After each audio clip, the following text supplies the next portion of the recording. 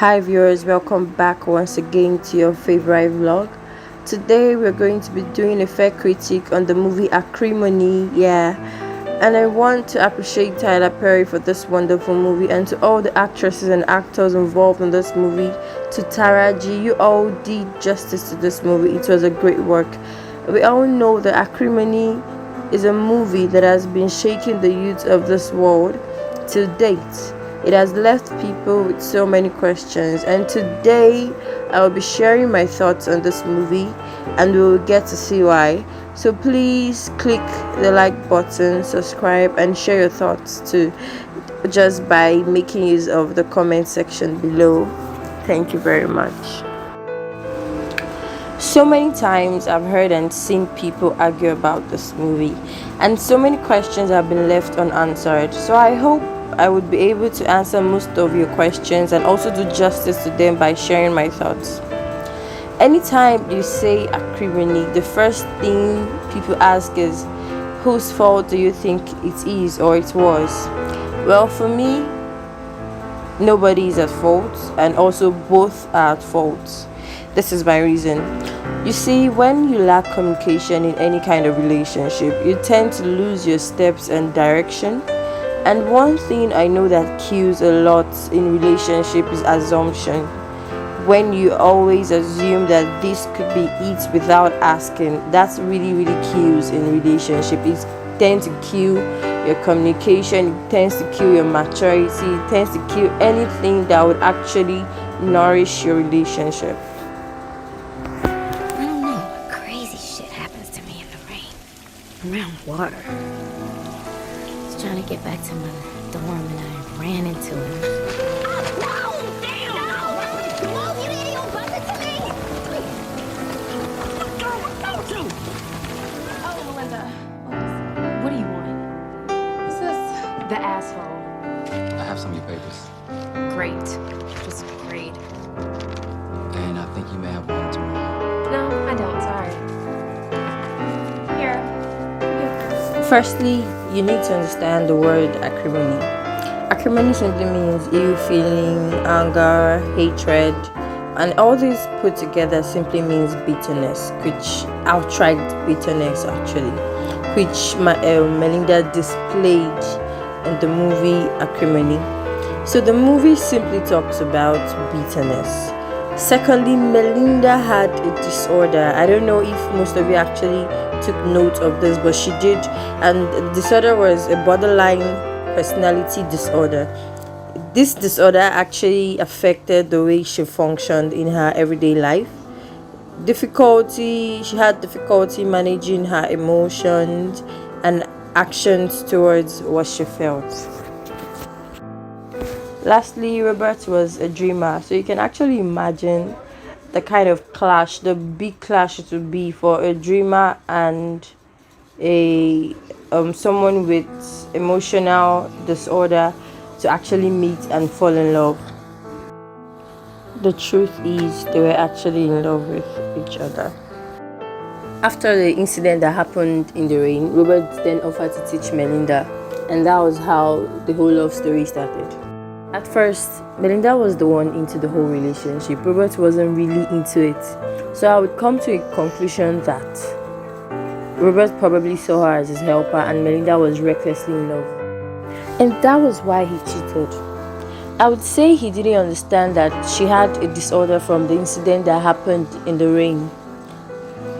From her reactions, the way she acted, the way she was all aggressive and all. So because he wasn't really into the relationship as a teenage boy, I would say that was why he cheated. Call it women's intuition. I don't know. Call it whatever. All I know is that something made me drop after sitting there for almost an hour.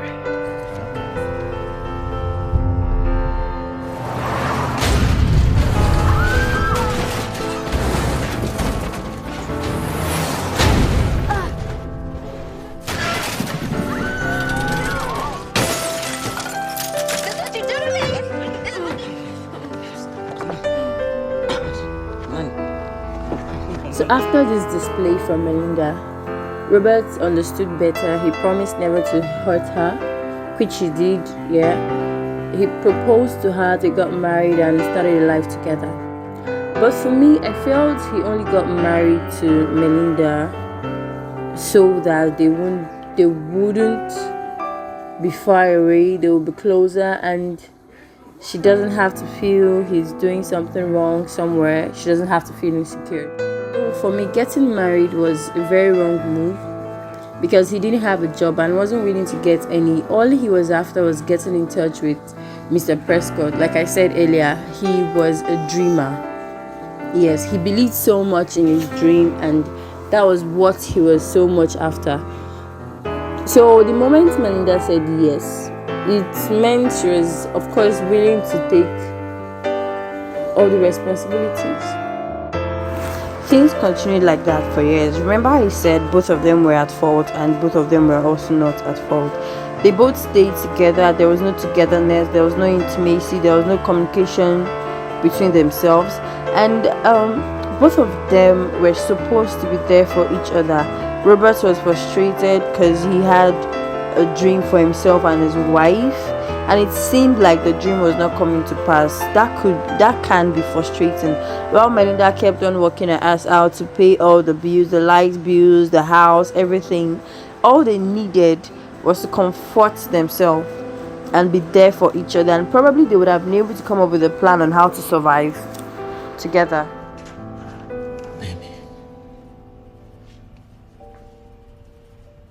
Just when they were about getting along, her sisters came to mess things up real bad, knowing fully well that their sister, that's Melinda, had a disorder. They didn't think twice. All they wanted was for Robert to leave their sister alone for good. Well, I get the picture that Melinda was already tired of the whole relationship, the whole life, the whole marriage, the whole thing. But she also knew that her marriage life was far better than that of her sisters, yet she listened to them and filed for a divorce, which was so wrong. Fine, I actually get that she was angry because they found the purse of the same lady he had cheated on her with back then. They found it in the truck he used to do business with them. But there's nothing wrong with listening to your man, for crying out loud. She had lost her womb. At that age, I don't think there will be any man out there willing to take in a wombless woman of her age.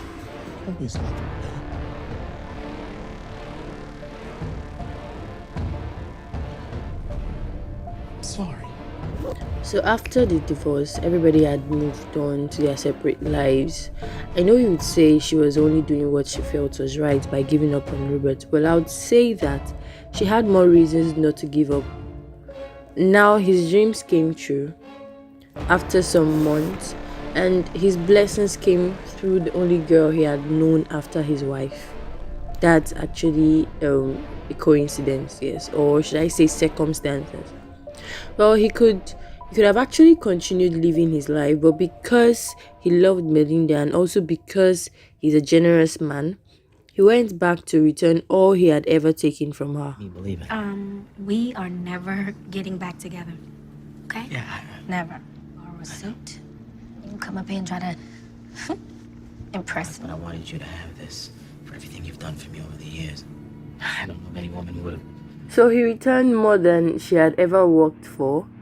Even when he went to return the favor, she still made mention of them not getting back together. Now she wants him back. How is that even possible? Like, how? As for me, I would take the money and leave the country, go as far as I can, start a new life. But because she had a personality disorder, she felt betrayed, became possessive, and she just couldn't accept the fact that she had lost. At this point, I'll come to a conclusion that Melinda handled it in a wrong way. She went too far, but let's not forget that she had a disorder. So who would you blame? Would you blame love? The fact that they loved themselves? Would you blame Melinda because of her disorder? Would you blame Robert for not giving up his dreams? Or would you blame circumstances for bringing his blessings through Diana? So that's it for today. Thanks guys for watching. Please don't forget to subscribe.